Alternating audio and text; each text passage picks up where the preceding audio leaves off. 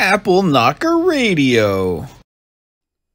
Alright, greetings friends. Today I'm going to discuss Deconstructing Gurdjieff, Biography of a Spiritual Magician by Tobias Churton. This book was actually a kind of a difficult read for me. Not because it's not an excellent book, it is an excellent book. It was a difficult read for me for personal reasons. You know, when I started on the path of what you call being a seeker, however you want to say it, it was Gurdjieff. Was one of the first people that I recall. He's the first person I clearly recall encountering. I remember finding meetings with remarkable men in a library when I was a teenager. I don't remember the exact year. And while I believe there were some people before that, Gurdjieff was the first personality that I distinctly remember. And so I have to confess that I have always kind of avoided reading scholarly analysis of Gurdjieff's life because he has been very personally important to me. I never considered myself a strict devotee of the Fourth Way, which is Gurdjieff's spiritual system. But Gurdjieff has always been a touchstone for me that I return to, and his basic ideas have always been at the forefront of my mind and are kind of the foundation for much of how I see reality and how I see human existence and how I see the attempt to liberate ourselves from the prisons of certain aspects of this reality. There are aspects of Gurdjieff's perspective that have never seemed more accurate to me than they have in the last 2 years after watching so many mass hysterias erupt around me. Gurdjieff taught that people were not conscious, that people are really kind of robots, and that it's actually very difficult to achieve consciousness. But I don't want to go into his teachings now because that's not the purpose of this. I have always avoided in reading scholarly analysis of his life because part of the appeal of Gurdjieff is not just his teachings, it's his life itself, as recounted in his books, namely Meetings with Remarkable Men, but in all of his books, Beelzebub's Tales to His Grandson.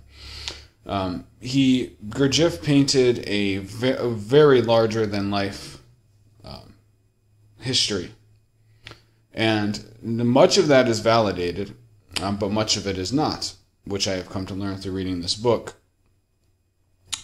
I always avoided the book because I honestly didn't want to destroy my image of the man. I didn't realize that until I started reading the book and asked myself, why have I never delved into this before? And that's why. And so for those reasons, this book was an interesting experience for me to read. The book is Tobias Churton. It's one of the best in the business. If you are interested in these esoteric topics as examined in a scholarly way, then you know the name of Tobias Churton. He's one of the best. Not only is he a great scholar, but he's a great writer. I really appreciate his style.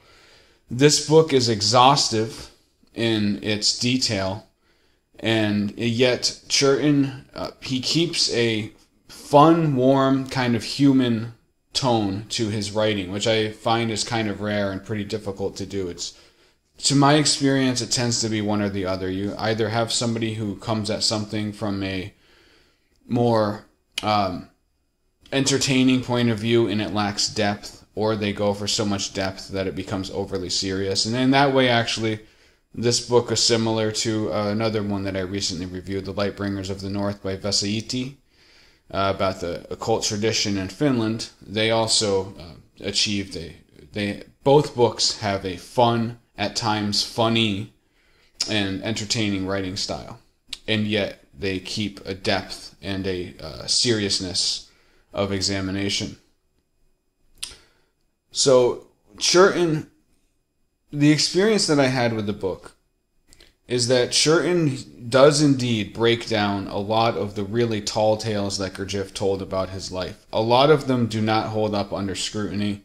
And in fact, if you look at the evidence, it's pretty clear that he was either using them as metaphors to transfer spiritual truths. That's the optimistic way of looking at it. The pessimistic way of looking at it would be that he was just making up tall tales to grift off of people.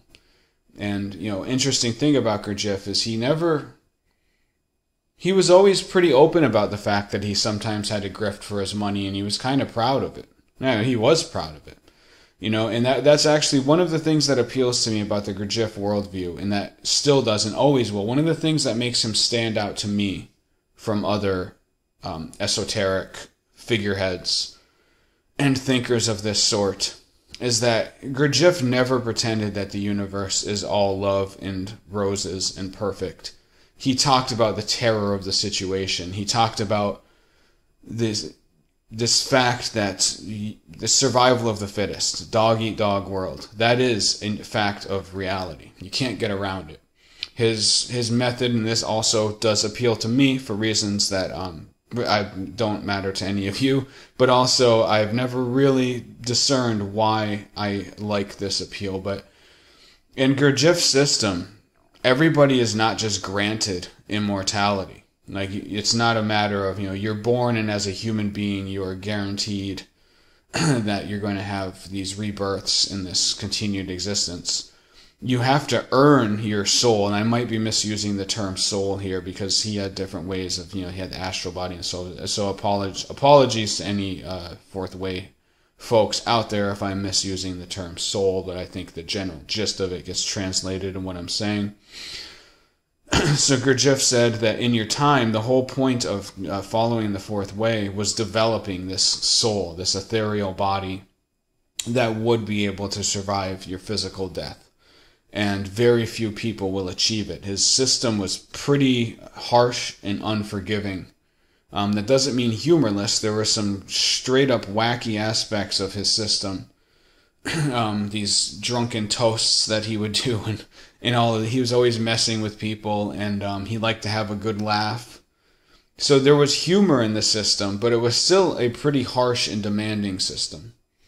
And to me, sometimes I remember when I was younger and reading the system, it seemed overwhelming because it seemed like it was always this insistence that nobody's conscious, just you got to push and push and push, and then maybe someday you'll achieve this little glint of consciousness. I mean, to me, it could become overwhelming. And Churton actually talks about that in his criticism. Churton actually, he gives shape to some of the negative experiences that I had when I was the most immersed in Gurdjieff's system. Churton, who has clearly thought a great deal about this, does a great job of illustrating where the problems with the fourth way can come from. And the thing I really admire about the book, even though it was difficult for me at first, is that Churton is not afraid to dissect not only Gurdjieff as a man, and he does that. He cuts out He points out things that people often mythologize and gives them very human character, such as Gurdjieff was always poking fun at intellectuals. He called wiseacres, he called them, which is a word that always bugged me. It's just a clumsy word in my opinion. But now there may have been and probably was legitimate philosophical meat to Gurdjieff's criticism of these wiseacres, who were basically people who had formal educational credentials but little actual sense or substance. But Churton really humanizes it by pointing out that Gurdjieff's background was what we would call today a working class background. His father was a really amazing guy, but they had a lot of difficulties, a lot of challenges, and so they didn't have much money, and Gurdjieff did not have the kind of credentials that the intellectual class of the era would have had. And his father definitely did not. And Gurdjieff loved his father, and so he carried forward those feelings that he had for his father and the indignity that he felt for his father's own life and legacy, and kind of brought out this combative spirit against those wiseacres who did have the credentials that he did not have. And Churton really humanizes that by pointing out that Gurdjieff was a scrappy working class kid who that aspect of him kind of never went away. And the interesting thing for me, though, about reading the book was things like that, at first, they're kind of threatening when you hold a certain image of a person in your mind because it humanizes them. However, through reading the book, my perception of Gurdjieff as a man changed, but I would not say that it diminished. I think it just became more solid and more real, and I look at him now as more of a real person, but in some ways as a more remarkable person because I look at him as a real person. He's no longer a myth. He's a man who accomplished an incredible amount of things. The guy was fearless, incredibly hardworking. I mean, the way he would just go into a new city and just start a school and attract all of these people. And, you can criticize it and say that there possibly like elements of grifting in it. And I would assume that Gurdjieff has critics who would say that he was just straight up grifting from these people. But even in that, to me, there's a certain level of admiration and respect for just the guy's sheer balls, basically. But also his intelligence and his ability to make things happen. I mean, he was a force of nature. The guy truly was a force of nature. And as I finish the book, as I'm left now reflecting back on it, reflecting back on Gurdjieff, I think I kind of hold him in a maybe higher esteem because the sacred cow has been slaughtered and what's left is a man, flawed, but still an absolutely remarkable human being. Now, as far as the teachings, Churton, I mean, there are points where Churton in a single paragraph summarizes some of Gurdjieff's more difficult ideas in ways that I was never able to grasp myself. So in that aspect as well, this book is invaluable for people who are interested in Gurdjieff and his system. I mean, Churton he understands it so deeply that he can discuss it in a conversational manner and translate some really difficult ideas in ways that are easy to understand in an intuitive manner. And in that way, the book is brilliant. I really like some of Churton's analyses of what can go wrong with the fourth way and where he thinks Gurdjieff went wrong. Some of the aspects of the way that Gurdjieff approached battling what we would call the ego, a little more complicated than that, but what we can say combating the ego, which is a pretty consistent thing in spiritual pursuits. And Churton points out, I believe accurately, how Gurdjieff's approach could sometimes lead not to healthy ends, but to despair and self-defeat. And I agree with Churton because I actually experienced that when I was younger and trying to follow these ideas. So the book, and also beyond the central meat of the book, which is obviously Gurdjieff and the teachings of Gurdjieff, Churton, who is just, the guy is just an amazing mind for the esoteric, for the spiritual, for the occult, for all of these things. He does some summaries of the Yazidi belief system, which is a fascinating belief system, the Sufi belief system, and their core cultural tenets. Things like that. That are just little portions of the book, say like 3 to 5 pages. But yet, Churton, he has such a brilliant mind for this stuff that you get in this 5-page summary, and I can't remember if it was exactly 5 pages, but I think it was about 5-page summary of the Yazidi culture and Yazidi belief system. You come away feeling like you have a really good feel on it. And I've kind of delved into their belief systems in the past, and never really felt like I had a good understanding of the real gist of it. And here, Churton does it in like a 5-page section of the book. And the Yazidis were very important to Gurdjieff's own development in his own belief system. And so, in addition to the aspects about Gurdjieff himself, you just get access to Churton's incredible knowledge about a wide variety of topics. There's a lot in this book, I guess, is basically what I'm saying. It's incredibly dense with information. It's really a phenomenal book.